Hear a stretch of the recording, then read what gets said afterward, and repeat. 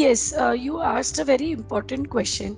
See, in most of the conventional colleges, what happens is one or two few industry experts are there on some academic body, but the input is not continuous and it is not consistent.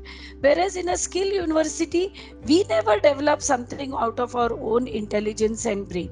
What we first do is we go to a company, for example, an auto company, and we say, what is the kind of requirement of manpower do you have? So they may give us certain occupations, that I need an automobile engineer.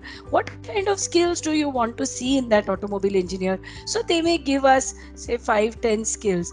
Then we map those skills with their help backwards in the curriculum, and then we prepare the entire syllabus based on those skill competencies. So what we do is, for every subject in the program, we define what is called as learning outcomes.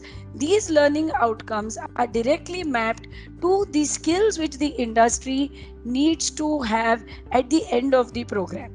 To give you a quick example, if you are looking at the retail industry, you must have gone to a mall and you will see that there may be somebody who is on the shop floor who really knows about that particular section.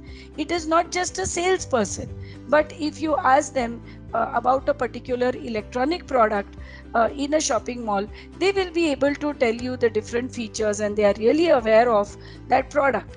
Now, what is important is the ability for the student, when they go to work in such a place, to be able to understand the skills that that retail environment is expecting from them. And it is our job as a university to build those skills in the student from day one.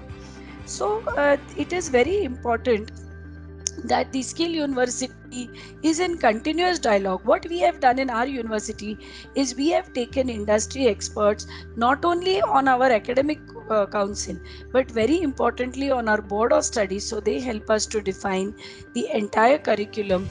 Thereby we ensure that really what the student learns is very closely mapped to what the industry expects when they graduate. As regards internships, every year, minimum 2 months, we expect the students to spend on the industry premises. It is a compulsory component.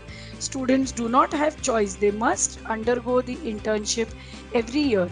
During internship, they not only get to know how is the place of work, but they also understand the industry requirements, so that when they come back again to the university, they can learn better and they can understand whatever they are learning in the university, how does it apply when they actually go for internships. So in the internships is like a trailer to the movie. They know what is going to come 3 years or 4 years down the line, and most importantly, they can develop a relationship with that particular company.